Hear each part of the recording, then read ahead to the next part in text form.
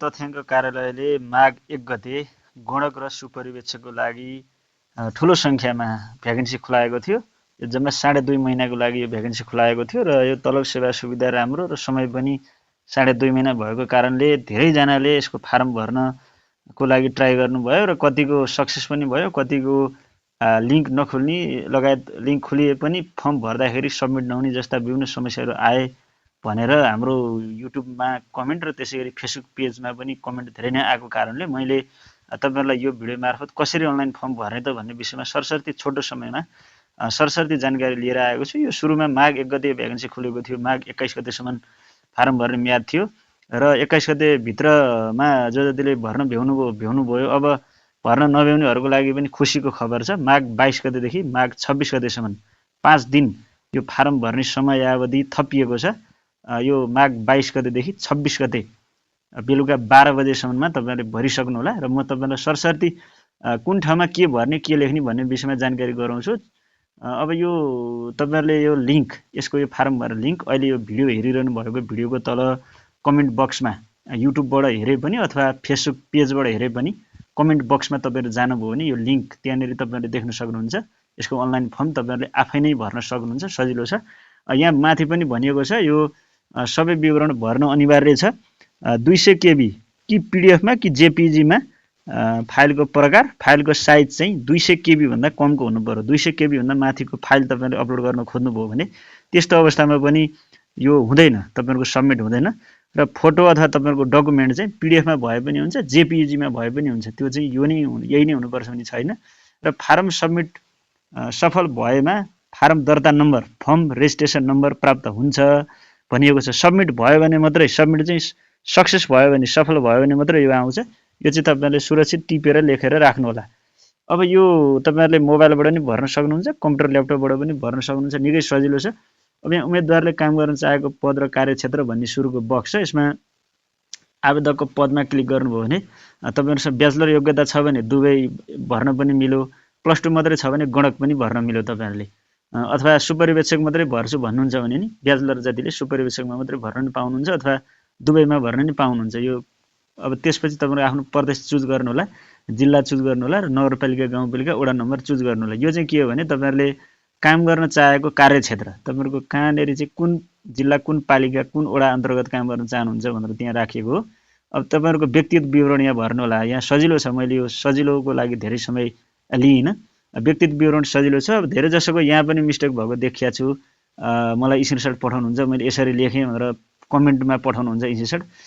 यहाँ चाहिँ के छ भने उदाहरण जस्तो उदाहरण दिएको छ त्यो उदाहरणमा दिए अनुसार तपाईहरुले बीचमा स्ल्याश राखेर 2051 मंसिर 17 लेखिएको छ। यसैगरी तपाईहरुले उदाहरणमा दिए अनुसारकै तपाईहरुले राख्नु होला। सम्पर्क नम्बर इमेल राख्नु होला। नागरिकता नम्बर पनि तपाईहरुले यहाँ राख्नुपर्छ। नागरिकता कुन जिल्लाबाट कुन प्रदेशबाट लिनुभयो र त्यसरी नागरिकता जारी मिति पनि यहाँ जस्तो उदाहरणमा लेखिएको छ त्यसरी राख्नु होला। नागरिकताको प्रमाणपत्र चाहिँ तपाईहरुको ऐन माथि पनि मैले जानकारी गराएको थिएँ कि पीडीएफ मा कि जेपीजी मा। अब अगाडि र पछाडिको भागलाई तपाईहरुले एउटै फोटोमा जेपीजी बनाए नि भयो अथवा पीडीएफ बनाए नि भयो। त्यसको लागि तपाईहरुले युट्युबमा छ्यापछ्याउटी भिडियोहरु भेटाउन सक्नुहुन्छ। त्यहाँनेरि तपाईहरुले नागरिकताको अगाडि र पछाडिको भागलाई कसरी मर्ज गर्ने भनेर त्यहाँ सर्च गर्नुभयो युट्युबमा भने तपाईहरुले त्यो भिडियोहरु भेटाउनुहुन्छ। त्यो हेरेर सिक्नु होला। र त्यसरी ठेगानाको विवरण तपाईहरुको स्थायी ठेगाना र अस्थायी ठेगाना, स्थायी र अस्थायी एउटै हो भने यहाँनेरि एउटै हो अथवा फरक छ भने फरक छ लेख्नु, एउटै हो भने एउटै होमा एउटै छमा क्लिक गर्नु होला। फरक छ भन्ने हुन्छ फेरि अस्थायी ठेगाना पनि भर्नुपर्छ। शैक्षिक विवरण चाहिँ अब तपाईहरुको गणकको लागि न्यूनतम योग्यता अब हामीले त्यहाँ दुवैमा सिलेक्ट गरेका थियौं। यदि गणक मात्रै भने भए यहाँ गणकको मात्रै +2 को हाले पुथो। दुवैमा सिलेक्ट गरेपछि +2 र ब्याचलर दुईटैको चाहियो। सुपरिवेक्षकमा मात्रै सिलेक्ट गर्नुभयो भने ब्याचलरको मात्रै हाले पुग्यो। उत्तीर्ण गरेको तहमा अब गणकको लागि त्यहाँ अटोमेटिक आउँछ 10+2 अध्ययन संकाय भनेको कुन संकाय हो त्यो राख्नु होला। मेन विषयमा मार्कसिटमा जुन छ त्यो एउटा विषय लेख्नु होला। प्रतिशतमा पनि तपाईहरु चाहिँ पर्सेन्टको सिम्बल राख्नुहुन्छ, त्यो सिम्बलहरु नराख्नु होला। जे छ टक्क नम्बर मात्रै राख्नु होला। त्यसपछि न्यूनतम योग्यता भनेको यहाँ मार्कसिट +2 को मार्कसिट, यहाँ +2 को क्यारेक्टर। अब हामीले दुवैमा सिलेक्ट गरे भएर सुपरिवेक्षकको नि देखाउँछ। यसमा पनि तपाईहरुले ब्याचलरको चाहिँ मार्कसिट र क्यारेक्टर सर्टिफिकेट अपलोड गर्नु होला। अब त्यसैगरी त्यो भन्दा माथिल्लो छ भनिएको छ शैक्षिक योग्यता छ भने अब मास्टर डिग्रीको नि सर्टिफिकेट हाल्नु पर्यो, छैन भने छैनमा क्लिक गर्दिनु होला। गणकको भर्दा पनि यस्तै सोध्छ। छ भने छ भनेर ब्याचलरको सर्टिफिकेट हाल्नु होला, छैन भने छैन होला राखिदिनु होला। तालिम चाहिँ के छ भने तपाईँहरूको अनिवार्य चाहिँ छैन, तर यहाँ तालिम कुनै तालिम छ भन्छ, तपाईँहरूको तालिमको तथ्याङ्क सङ्कलनको तालिम लिनुभएको छ भने छ भन्नु होला, छ भनेपछि विवरण राख्नु, छैन भने यहाँ छैन क्लिक गर्ने बित्तिकै त्यो बक्सहरू हट्छ। ल हेर्नुहोस् यस्तो सजिलो छ। अनुभव सम्बन्धी विवरण भनिएको छ। अब तपाईँहरूसँग अनुभव केही छ, जस्तै तथ्याङ्क सङ्कलन सम्बन्धी कुनै किसिमको अनुभव छ भन्नुहुन्छ भने छ भनेर यतापट्टि तपाईँहरूले चाहिँ काम गरेको संस्थाको नाम, कति दिन काम गर्नुभयो, अनि अनुभवको सर्टिफिकेट अपलोड गर्नु पर्यो, यो एक्सपिरियन्स लेटर अपलोड गर्नु पर्यो। छ भन्नुभयो भने, छैन भन्नुभयो भने सबै बक्स हट्यो, केही पनि राख्नु परेन।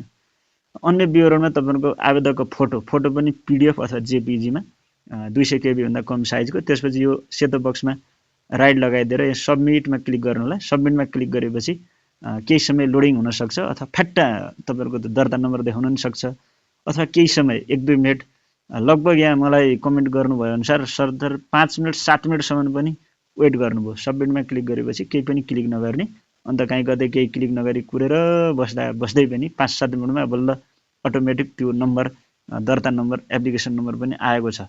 यसरी चाहिँ तपाईँहरूले फर्म भर्नु होला।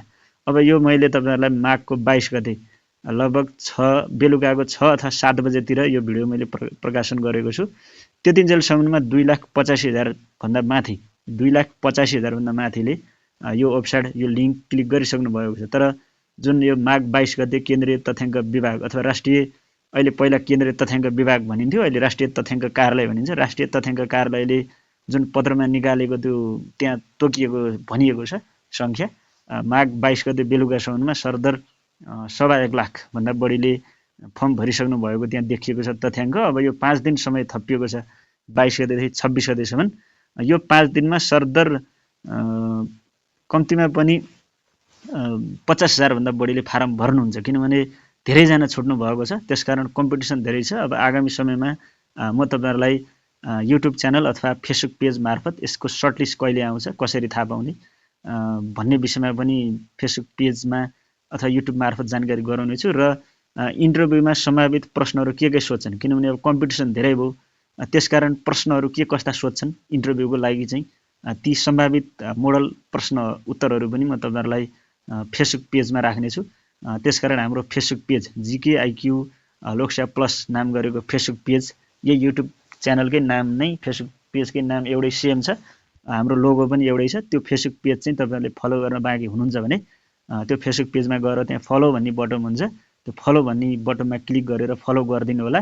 आगामी समयमा म तपाईँहरूलाई अन्य भिडियोहरू पनि ल्याउने नै छु, त्यो फेसबुक पेजमा पोस्टहरू पनि ल्याउने नै छु।